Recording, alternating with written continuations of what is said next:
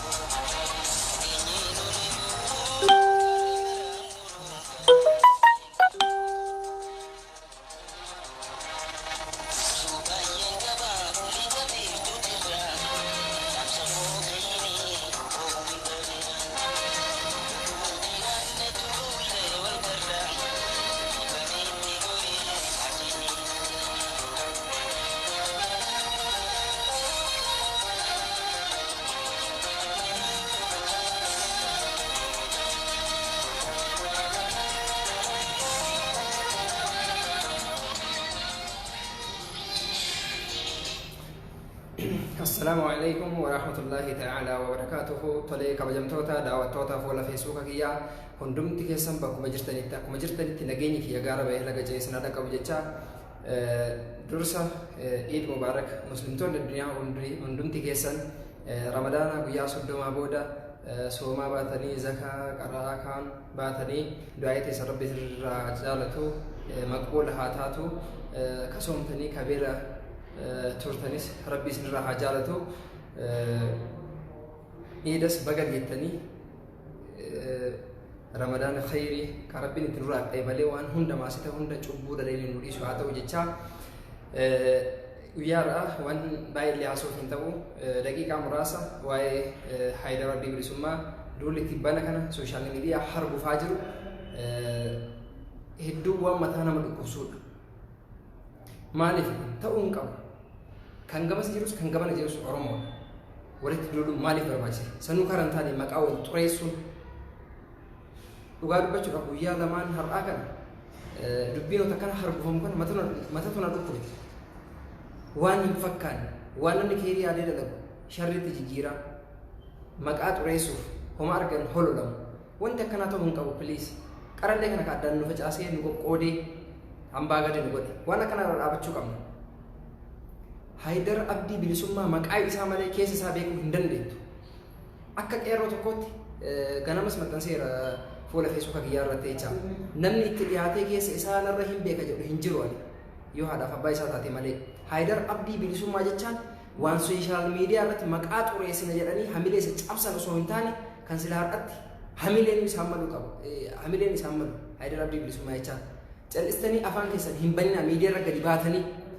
hoota isin folloora feesbuuka soqanna jettanii feesbuuka qofarra gadi baatanii iyyitan ala teettanii inni ibidda keessa dhaabatee ibidda tufee falmataa ture. Har'a tokko maal jedha hololtuu wayii tatakkaa Oromoo bishaan jiisteen beeyne gadi baatee Haydar Abdii bilisummaa waan akkanaati waan akkanaati.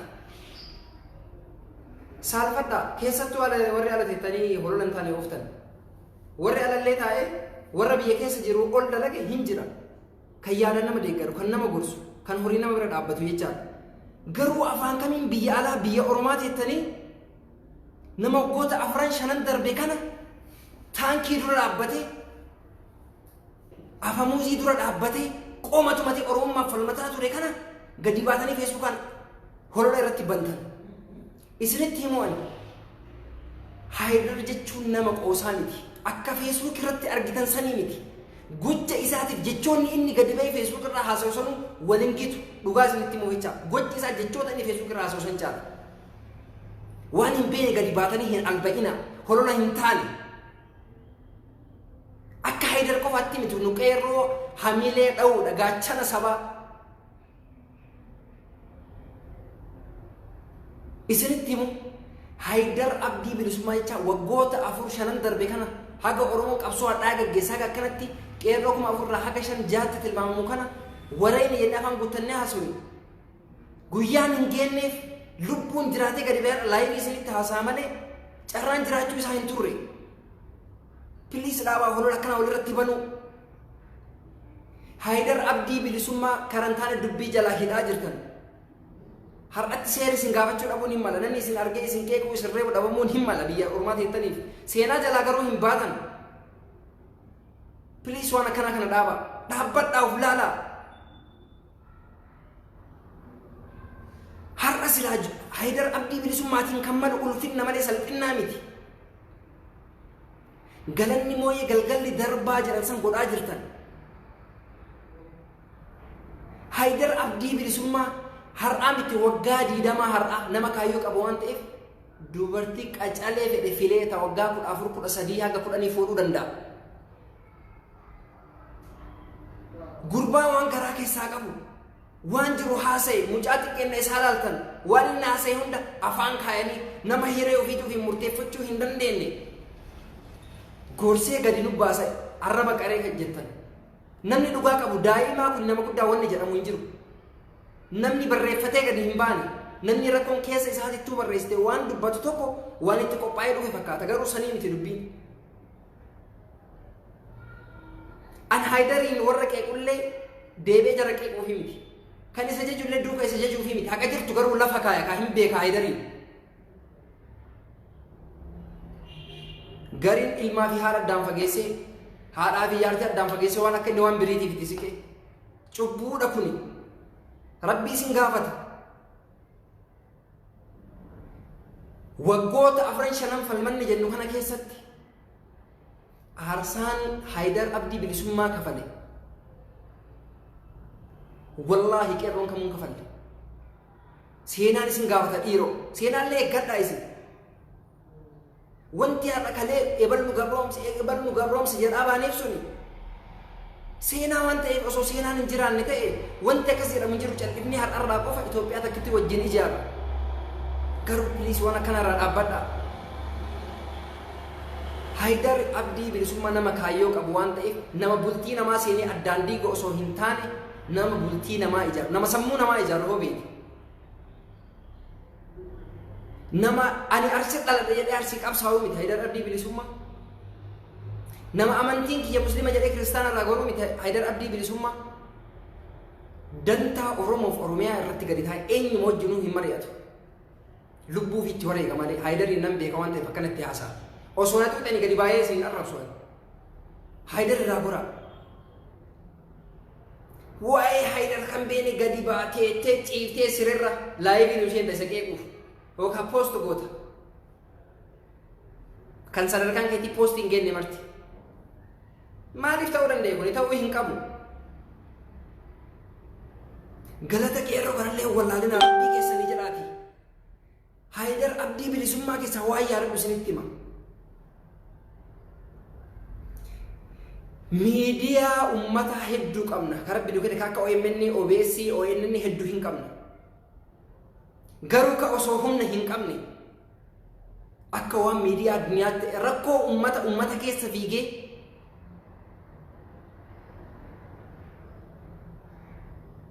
akkasitti waan hunda dalagaa jira Harargee dhaqee ture Arsiitti dhaladhee Arsii hin qabsooyne Oromoo fi gadi ba'een isa ilaallata Arsiin Harargeen isa ilaallata Baalee isa ilaallata madda walaabatti yeroo meeqa deeme yeroo Oromoo waan ta'an qofaaf qe'eef qabeenya isaanii dhabanii waan waggoota hedduu xaaratan dhabanii madda walaabuu qubata yeroo meeqa marraa meeqa dhaqeen Harargee rakkoo ummata waan ummanni keessa jiru ol baasa jedhee dhaqee isaa nama intarviiw godhu raayyaa ittisa biyyaatiin marsanii galchan ana qo'an qeerroon Harargee ragaa isaa baati qeerroon Baalee ragaa isaa baati qeerroon handhuura Oromiyaa ragaa isaa baati Haydariin Harargeetti haadha hiyyeessaa sagalee jaramaa sooshaal miidiyaa irra oolchita jedhamee hidhame guyyaa 3-4 Harargeen mancaaqarraa hajaas hin qabu hiriira baate muka itti cabsanii iyyanii yookaan waliin nu hidhaa yookaan Haydariin nu hiika jedhanii akkasii gadi dhiisisan namni galata namaa hin beekne galata rabbiillee hin beeku waa'ee qeerroo afaan guuttattanii qeequufillee xiqqa shuman saalfattanii ta'a waan akkanaa keessaa baha kaleellee tokko kana namni kaayyoo wayii qabatee yoo deemu kan danqaatti ta'u waan akkanaa kana Haydar abdii bilisummaa isinii himu isin nama silaa Oromoodha jennutu qeeqaa reebaa maal jira waan akkasii irratti sooshaal miidiyaa irra argaami amaarri hin dandeenye nafxanyaan jecha ilmaan alagaadha mee nama jabaa kam isaatiin ajandaa godhattee fiddee haasoyitee beekte Suyyum eenyu ka jedhamu tokko jira aktiivistiin jira yeroo hedduu Haydar abdii bilisummaa maxxansee akkana jedhee arrabsa maaliif arrabsa sabboonummaa waan qabuufi kan inni socho'uuf siyaasa iyyuu miti dhugaa qobatee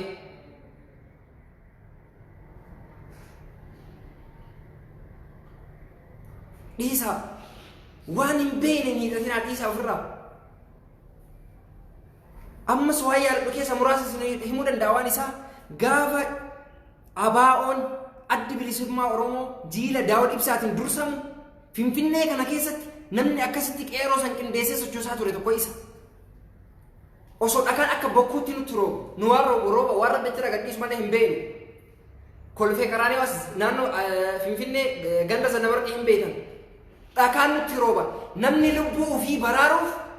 kun bilookii keessa kun mana haraqee kun alii gadi fiiga inni garuu isinii har'a ala tettanii isatti duultan kana isin biraan gahuun as laqaashiisi jarri jettuun kanaafi xiyyiiti qixxee dhaabate isin waraabe live isinii dabarsaa YouTube irratti sooshaal miidiyaa garagaraa irratti isinii dabarsaa ture kanaaf isa hamilee waliin cabsinaati galata qeerroo afaanii waan deebisanii miti wallaahi galata qeerroo rabbi malee namni hin deebisu irroon deebi'a namni galata namaa hin beekne galata rabbiillee hin beeku har'a warri gadi baatanii Haydar akkana shira akkanaatiif deema abbaa afaan addaan baasuufi kaaniif kan addaan baasuufi ofii jaartii isaa barbaade maali jettanii waan hin fakkaanne gadi baatanii cambitan hunda keessan osoo mooyyee takkatti isin tumanii Haydarii tokkichan geettan qabsoon taankii dura dhaabatanii falmatanii fi kan alaa falmatan garagara akkana jechuun kiyya warra ala taa'ee horiin nu faana jiru yaadaan gorsaan nu faana jiru qeequufi miti Joora fakkeenya fudhachuu dandeettan ala taa'eeti kan uummata Oromoo akkasii sochoosee wayyaanee xabaan ala godhee tiim lammaa masaraa mootummaa seensise har'a gadi baatanii afaan guuttattanii hamilee namaa cabsuuf hin dandeettan isaatiin ajandaa godhattee dadhabde feesbuuk irratti illee daddabarsitee dadhabde isiniimu namni dhugaan quuqama sabaa qabu namni karoora baafatee karooraan socho'u namni kaayyoo mataa ofii qabu namni sagantaa mataa ofiitiin socho'u du'a qofattu duuba isa deebisa kana abdii keessan muraa jala sararee isinitti maallaqa qeerroo tokkotti. Waalaikum salaam wa rahmatullahi wa barakatuh. Maali naarre reebar galata qeerroo kana beektaa sooqiddatti naqu jira ummanni.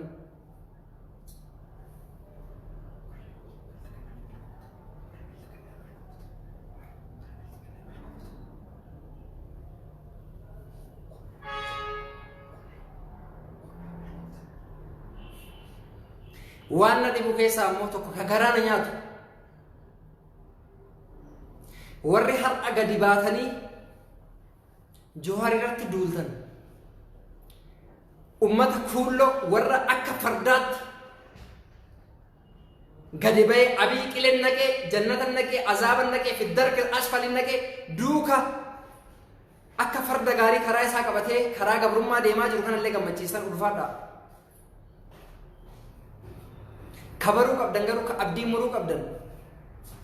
irran deebi'a haga feetan waca haga feetan waan feetan ta'uu dandeettan afaan Haydar abdii bilisummaa ittiin reebdanimi ittiin qeeqtan hin qabdan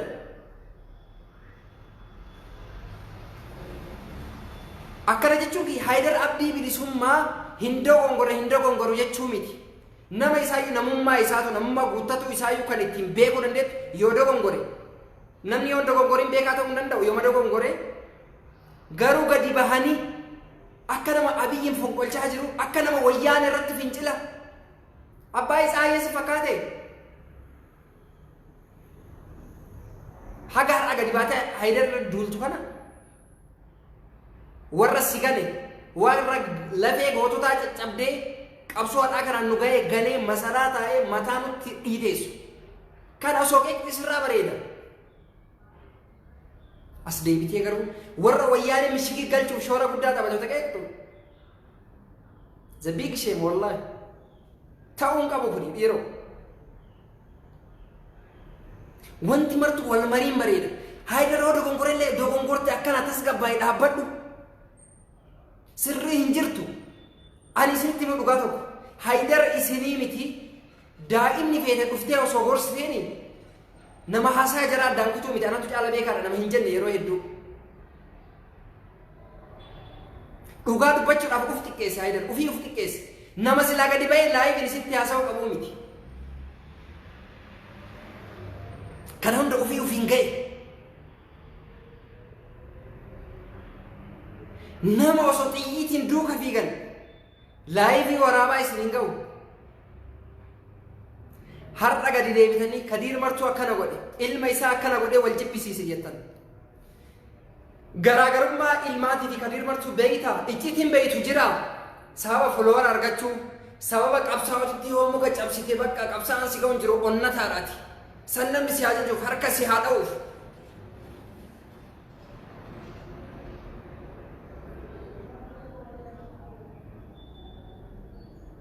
dhiifama naa godha hin jiru kanaan qoosan qeerroo abadan jedhe abbaan qeerroo irran deebi'anillee abadan hamilee cabsuun inuma hin danda'an osoo hamileen ka cabuuti habashamaa fi kuullottu isa cabsa habashaan si achi ariiti mana kaan gala kaan achi ariiti kaan akkas godha san hunda jalaa rabbi nu baasee nutti fakkaatee maqaa oromootti masaraa jira jedhee eeggatas gabbooyine boodallee ilmaan sammuun isaanii yoo bilisoomne waggaa kumaadhaallee uf durallee agaadhaan gabroon uf durattillee hin gabrooman uf durattillee hin bilisooman jechuudha kuulloodhaan warra akka farda gaarii wanti tokko qofa itti mul'atu sanduuqa Haydaritti ka duulaa jirtan mee haga Haydaritti duultanii jabbiloota paartii bilginnaa paartii badhaadhinaa isa jedhamu kana jala fiigu kalee aarsaa waliin kafalaa baane hiriira waliin bayaa baane karaa waliin cufaa baane dee'ifa waliin xuruurataa baane sammaan qeeqinaa sammaan reebinaa sangara namaan nun deebisinaa qeerroo muraasa sabaa hafte tanallee hamilee dha'uu barbaaddanii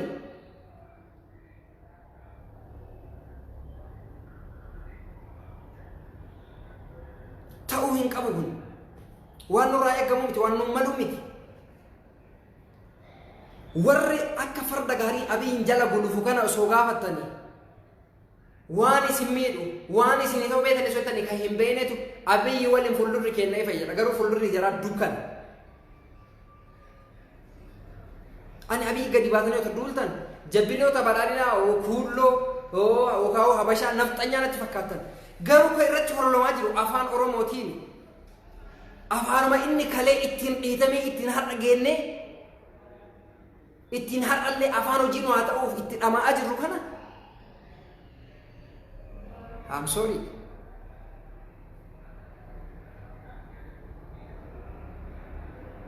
Mee haga isaa falmataa saba ofiitii quuqamuu malee saba ofiitii iyyuu malee homa takka hin beekne moo inni illee akka keessanii gadi bahee xiqqaatee deebii isinii kennuu dhabe mee nama dhugaan sabaaf qabsaayuu miti Oromoof Oromiyaa qabsaayuu miti aarsaa kafaluu miti warra osoo takka hin beekin abiyyiin jala fiigu sanniin itti maan dubbanne sanniin maan keekne kan akka hangaasaa kan mataa furrii kan akka taayee danda'a hunda jala warra jala fiigu jecha gantoota warri mataa lukaa kan fuulli makarajii inna lillahi wa inna ilayhi raji'un silatti qoma namatti hin dhagahamu qeerroo qeequuf sammuun akkamiin namaa hayyamte dhiiroo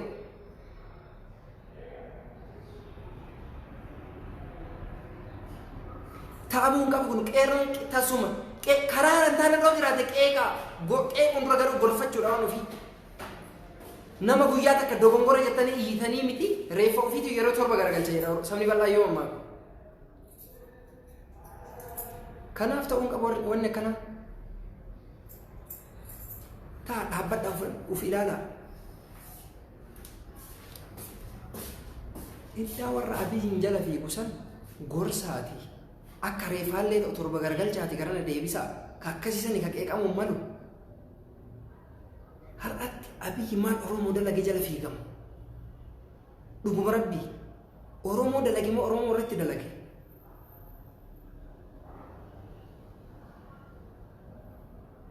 kanaaf yeroo kanaan hayilintaa kan intarvii godhee waan akkanaati qeerroo hamilee dhoyinaa waan akkanaati hin jedhinaa jala mureekaa isinitti himu tokko hin jira namni dhaabbolee siyaasaa daggalaa baase nama nafxanyaa bilisa baase warri biyya Oromaatitti Oromiyaa yaaddanii finxilaa baatan sun biyyatti isin galche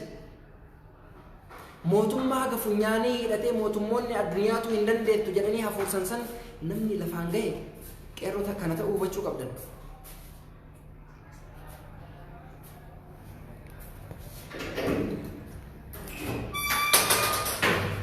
celistanii osoo addaan hin baasin osoo waan hubatin follower argachuu laayikii argachuu komentii argachuu jecha hamilee ta'uu dhaabuu qabdanii isiniin jedhu kan biraa kalellee habashoonni itti duulaa turte irruma aanee dhufe namni dhugaaf saba ofiitiin falmatu akkana abdii hin murre takka doorsisanillee bira darbi haga abii masaraa sene kuulloon jala yaa'aa turte irratti duula gandaatti galtu beena maaliyaatti galtu beena sin dhiifnu kana booda laayibee abiyyiin hin keekin abiyyiin hin reebii jedhaanii turte ilmaan gantoota jechaa dhufne kanallee jaalattanii jibbitanii dhugaa qaba nama kaayyoo qabu nama sabaaf dhama'u waan ta'eef isinirra aana qeerroon guyyaa irra gosa sadiitti wal qoodee jira qeerroo garaatu jira qeerroo karaatu jira jaalattanii jibbitanii haayidara qeerroo sabaati kanuma isin jechuu barbaadaa yoo kalolullee hordoftoonni kiyya wanti sirreessullee jiraate nageeqachuu nareebachuu dandeettanii akkuma duratti reefuu fi yeroo torba garagalfatan jedhesanii akkasanii naaf kolcha wassalaamu alaikum warahmatullaahi wabarakaatuh shawwaali nagaa isiniif hawwa